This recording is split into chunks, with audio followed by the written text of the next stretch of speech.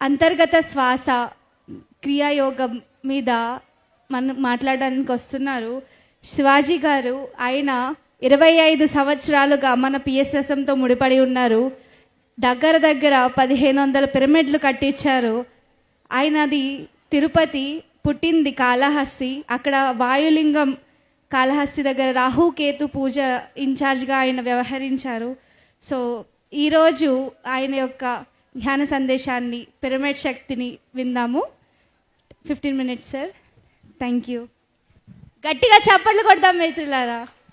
మన యొక్క ఆది గురువైన బ్రహ్మర్షి పత్రి గారికి, ఇక్కడికి ఇచ్చేసిన దేవదేవతలకు, ఋషులకు, ధ్యానులకు, జ్ఞానులకు నా యొక్క ఆత్మకోటి ప్రణామాలండి. సో నా పేరు శివాజీ. నేను పుట్టింది శ్రీకాళహస్తి. నేను ఈ యొక్క ఆధ్యాత్మిక మార్గంలోకి వచ్చి 36 సంవత్సరాలు అవుతుంది. ఈ సొసైటీకి వచ్చి 25 years అవుతుంది. సో నా యొక్క వృత్తి ఏమనగా అంటే పిరమిడ్స్ చూసి పిరమిడ్ సొసైటీకి వచ్చా. పిరమిడ్ చూసి నేను చిన్న 8 వయసు నుంచి ధ్యానం చేస్తాను. పిరమిడ్ గురించి తెలుసుకోవాలి. సో ఏముంది పిరమిడ్ నుండి ఎలా వస్తుంది ఎనర్జీ అనేది. ఫస్ట్ మనము ఆ పిరమిడ్ అన్న పదానికి అర్థం తెలుసుకుందాం. సో ఫిర్ అంటే గ్రీకు భాషలో అగ్ని. ఏంటిది? అగ్ని. మిడ్ అంటే మధ్యమం. అగ్ని మధ్యమం. అగ్ని మధ్యంలో ఏమైనా పెడితే ఏమవుతుందండి? అగ్ని మధ్యలో ఏం పెడితే ఏమవుతుంది? కాల్ చేస్తుంది, దహింపజేస్తుంది, యాష్ చేస్తుంది, బూడిద చేస్తుంది కదా. అలా మనం కనుక ఆ పిరమిడ్ మధ్యలో వెళ్ళి జస్ట్ అలా కూర్చుంటే చాలు, మనలో ఉన్నటువంటి రుగ్మతలను, రోగాలను, అజ్ఞానాన్ని, అశాంతిని దహింపజేస్తుంది. పత్రిక నాకు ఒక విషయం చెప్పారు పిరమిడ్ గురించి. 2007లో అరుణాచలంలో ధ్యాన మహాయజ్ఞం చేశాం. యజ్ఞం అయిపోయింది. కాళహస్తి వచ్చారు సారు. మా ఎమ్మెల్యే ఇంటి మీద పిరమిడ్ కట్టాము. ఆయన ఓపెన్ చేశారు. తిరిగి వెళ్తున్నాం. సార్ చెప్పాడు, అరే శివ, మనం అరుణాచలంలో యజ్ఞం చేశాం కదా, ఇటువంటి యజ్ఞాలు 100 చేస్తే ఎంత పుణ్యఫలమో ఒక పిరమిడ్తో సమానము. 100 యజ్ఞాలు ఒక పిరమిడ్తో సమానము. యజ్ఞం అనేది ఆ 7 రోజులు మాత్రమే ధార. పిరమిడ్ అనేది నిత్య అగ్నిగుండము. 365 రోజులు ఈ భూమండలానికి శక్తినిస్తుంటుంది. అటువంటి కార్యక్రమాన్ని చేపట్టావు. నీకు ఎక్కడి నుంచి ఫోన్ వచ్చినా ఎవరు చెప్పినా ఆగొద్దు అని చెప్పాడు పత్రి సారు. సో అప్పటి నుంచి ఇప్పటి వరకు సో మన ద్వారా సుమారు 1500 పిరమిడ్ దాకా నిర్మించాం మనం. సో పిరమిడ్ వల్ల ఇంకెంత తెలుసుకుందామంటే, ఇప్పుడు ఈజిప్ట్లో మమ్మీస్ పెట్టారు కదా. పిరమిడ్ లోపల జీవం లేని శవం పెడితేనే ఎన్ని యుగాలను చెడిపోవట్లేదు. అంటే ఆ ఎనర్జీ వచ్చి ఏమి చేస్తుంది? బయట పెడితే ఏమో చెడిపోతుంది, ఆ పిరమిడ్లో పెట్టేమో చెడిపోవట్లేదు. ఆ ఎనర్జీ వచ్చి ఏం చేస్తుందో తెలుసుకుందాం మనం. రెండోది, ఈ మధ్యకాలంలో రోడ్ల పైన పిరమిడ్స్ పెడుతున్నారు. సో అక్కడ యాక్సిడెంట్లన్నీ ఆగిపోతున్నాయి. ఏం జరుగుతుంది ఆ ప్లేస్లో? మళ్ళీ మనకు చెప్పారు నేను మొన్న పిరమిడ్ గురించి. పిరమిడ్లో ఒక టమాటా పెడితే అది 3 నెలలే చెడిపోవట్లేదు. బయట పెట్టి టమాటో ఏమో 1 నెలకే చెడిపోతుంది. మళ్ళీ అందులో ఏమి జరుగుతుందో తెలుసుకుందాం మనం. తెలుసుకుందామా? రైట్. సో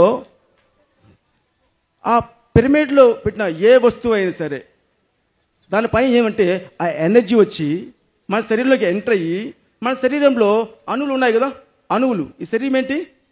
అణువుల సముదాయమే కదా శరీరము. ఆ అణువుల్ని రివర్స్ చేస్తుంది.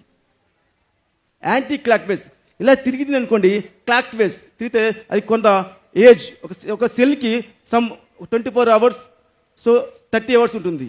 సో ఎప్పుడైతే ఆ ఎనర్జీ వస్తుందో దాని ఏజ్ని రివర్స్ చేస్తుంది, యాంటీ క్లాక్ వేస్ చేస్తుంది. సో అంటే యాంటీ క్లాక్ వేస్ అంటే ఏంది?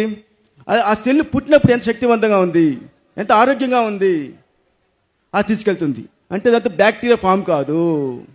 సో అందుకోసమే జీవం లేని శవం పెట్టినా అందులో బ్యాక్టీరియా ఫామ్ కానికుండా ఆ సెల్స్ రివర్స్ చేస్తూనే ఉంటుంది. కాబట్టి ఎన్ని రోజులే చెడిపోవడం లేదు. మనకు వాళ్ళు ఎందుకు సేవలు పెట్టారంటే చూడండి, మనకు చూపించారన్నమాట, ప్రపంచానికి సందేశం ఇచ్చారు. జీవం లేని శవం పెడితేనే ఎన్ని యుగాలేం చెడిపోవడం లేదే, మరి శరీరంలో ప్రాణం ఉన్న శరీరం తీసుకు పిరమిడ్లు పెడితే ఇంకెంత ఆరోగ్యంగా ఉంటుంది. ఆ సింబాలిక్ కోసం వాళ్ళంతా పెట్టి వెళ్ళారు అలా.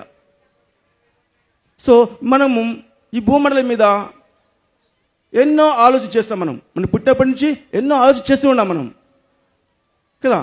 ఈ ఆలోచనలన్నీ ఇక్కడ తిరుగుతున్నాయి. ఇప్పుడు వాటర్ చెడిపోతే ఫిల్టర్ వేసి క్లీన్ చేసుకుంటాం. వాతావరణం చెడిపోతే కొన్ని కెమికల్ వేసి క్లీన్ చేసుకుంటాం. బట్ థాట్ పొల్యూషన్, భూమండలం ఏముంది? Thought pollution. ఇప్పుడు ఆ రోడ్డు పైన రోజు యాక్సిడెంట్ జరుగుతుంది. ఏంటి అలా వచ్చే ప్రతి వ్యక్తి యొక్క ఆలోచన ఇక్కడికి వస్తే యాక్సిడెంట్ అవుతుంది, ఇక్కడికి వస్తే యాక్సిడెంట్ అవుతుంది. ఆలోచన అక్కడ విడిచిపెట్టాడు కాబట్టి ఆడు రాగానే ఆటోమేటిక్గా ఆలోచనలో ఆ నెగిటివ్ ఆలోచన పడిపోయి యాక్సిడెంట్ అవుతుంది. అక్కడ మన పిరమిడ్ పెట్టడం ఏమవుతుంది? ఏం చేస్తుంది పిరమిడ్? కాల్ చేస్తుంది, థాట్ పొల్యూషన్ తగ్గిస్తుంది, భూమాత యొక్క తాపం తగ్గుతుంది. సో మనకు పిరమిడ్ గురించి పత్రిసారి చెప్తుంటారు. మనకు ఏం చెప్తుంటారు?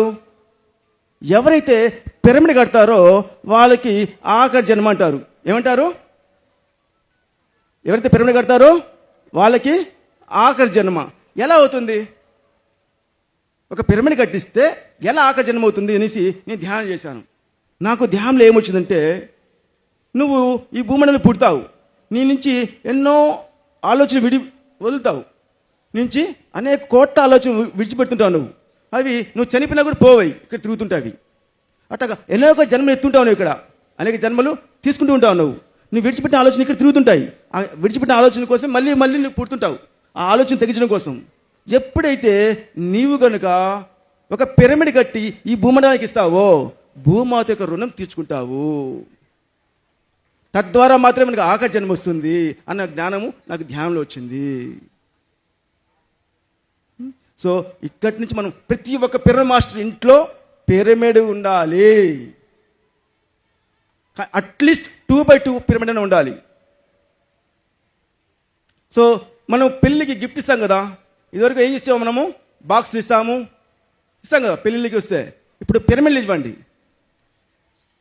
మన బుక్స్ ఇవ్వండి, ఇది ఇప్పుదాం. మనం ట్రెండ్ మారుద్దాం. సో ఇవాళ కొత్త సంవత్సరం వచ్చింది కదా, ఇవాళ నుంచి ట్రెండ్ మారుద్దాం. వాటి నుంచి మనం మన బంధువుల ఇంటికి వెళ్ళినా ఏం తీసుకెళ్ళాలన్న గిఫ్ట్? పండ్లు వద్దు, పిరమిడ్ తీసుకెళ్ళండి, ఒక పుస్తకం తీసుకెళ్ళండి. వాళ్ళ జన్మ ధన్యం చేస్తున్నది. సో పిరమిడ్ గురించి ఇంకో విషయం చెప్తాను. పిరమిడ్ అంటే పరమాత్ముని యొక్క భౌతిక దేహము. పిరమిడ్ అంటే ఏంది? పరమాత్ముని యొక్క భౌతిక దేహం. ఈ విషయం ఎవరు చెప్పారంటే, రామకృష్ణ పరమహంస ఆయన శిష్యుడు వివేకానంద ధ్యానం చేసినప్పుడు ఆయన ధ్యానంలో గోల్డెన్ కలర్లో పిరమిడ్ కనిపించిందంట, ట్రయాంగిల్ కనిపించిందంట. ఇదేమిటి స్వామి అనేసి రామకృష్ణ పరమహంస అడిగాడు. అప్పుడు ఆయన చెప్పాడు, ఇదేనైనా పరమాత్ముని యొక్క భౌతిక దేహము, కింద అనేకము పైన ఏకము. పిరమిడ్ ఏంటి? కింద అనేకము పైన ఏకము, అంతా ఒక్కటే. ఇది సింబాలిక్ పరమాత్మని యొక్క భౌతిక దేహము. చూడండి, చర్చ్, మసీద్, సో పిరమిడ్స్ ఇవన్నీ కూడా ఎలా ఉంటాయి? ట్రయాంగిల్ ఉంటాయి, త్రికోణ కాలంలో ఉంటాయి. అంటే కింద లోయర్ డైమెన్షన్లో నువ్వు వేరు నేను వేరు బాగుతుంటాము, హై డైమెన్షన్లో అంతా ఒక్కటే. అంత గొప్ప క్షేత్రం పిరమిడ్. సో మన ముక్కు ఎలా ఉంటుందండి? పిరమిడ్లా ఉంటుంది. ఇక్కడ మనం రెడ్ కలర్ బొట్టు ఎందుకు పెడతాము? అగ్ని ఉంటుంది, అందుకోసం మనము ఇక్కడ రెడ్ కలర్ బొట్టు పెడతాము. ఇది అగ్ని ఉన్న స్థలము, అగ్ని పుట్టిన స్థలం, ఇది ఆత్మ నిశ్చితమైన స్థలం ఇది.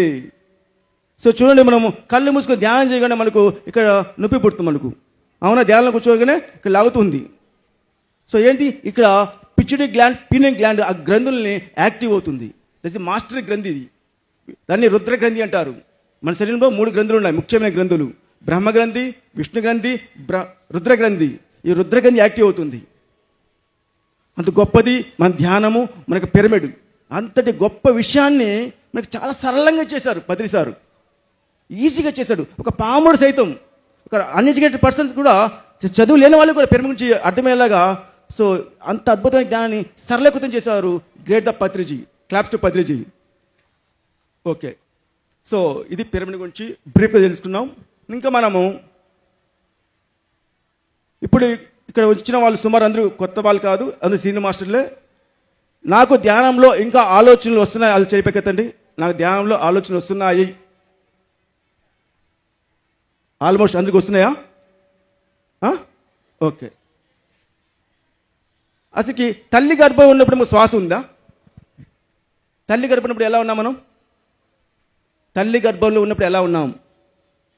నీటి మధ్యలో ఉన్నాం కదా మనము, నీటి మధ్య ఉన్నాం కదా.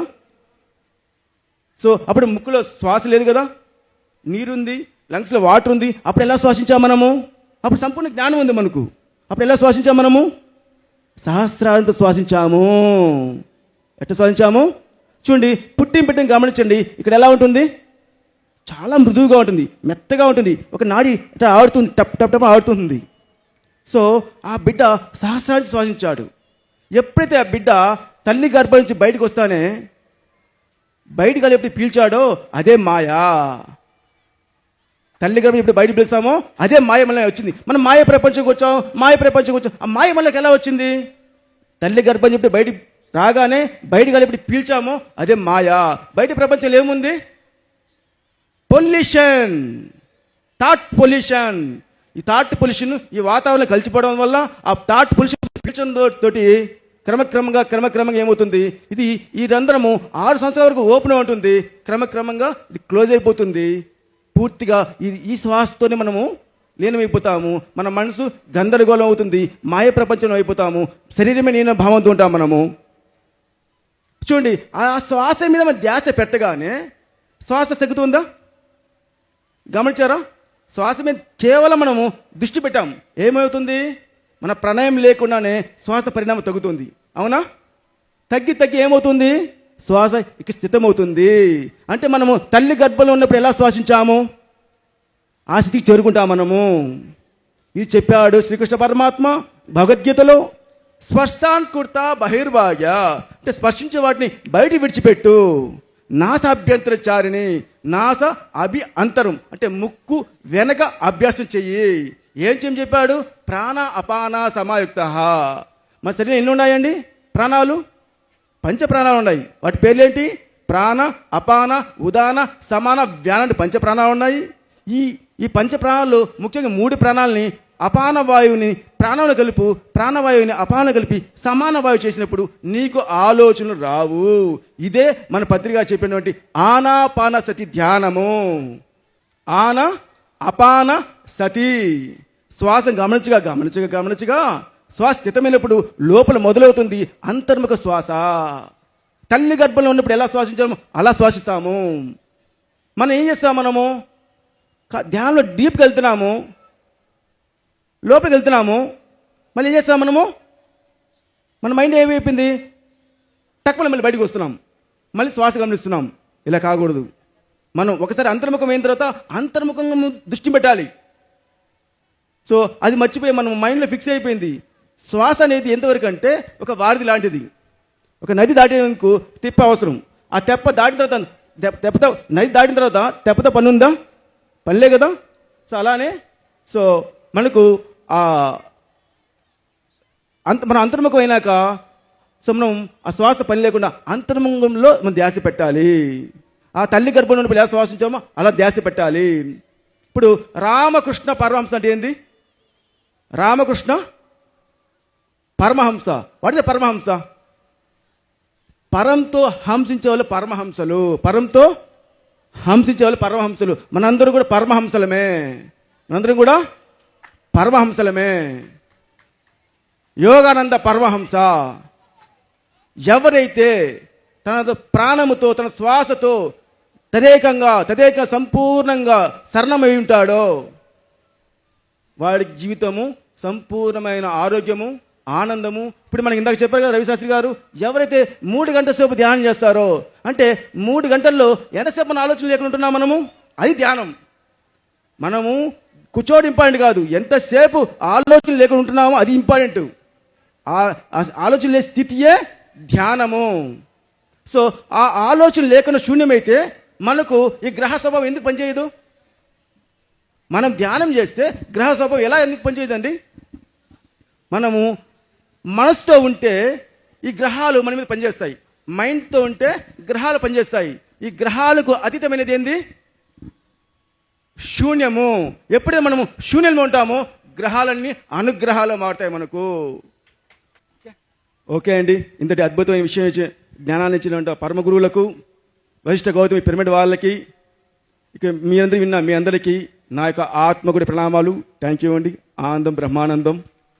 థ్యాంక్ యూ శివాజీ గారు. శివాజీ గారికి గట్టిగా చప్పట్లు కొడదాము. ఎంతో వివరంగా మనకి శ్వాసక్రియ గురించి, పిరమిడ్ శక్తి గురించి అద్భుతంగా వివరించారు. మరొక్కసారి గట్టిగా కరతాళ ధ్వనులతో మనం కృతజ్ఞతలు తెలుపుదాము. Thank you sir.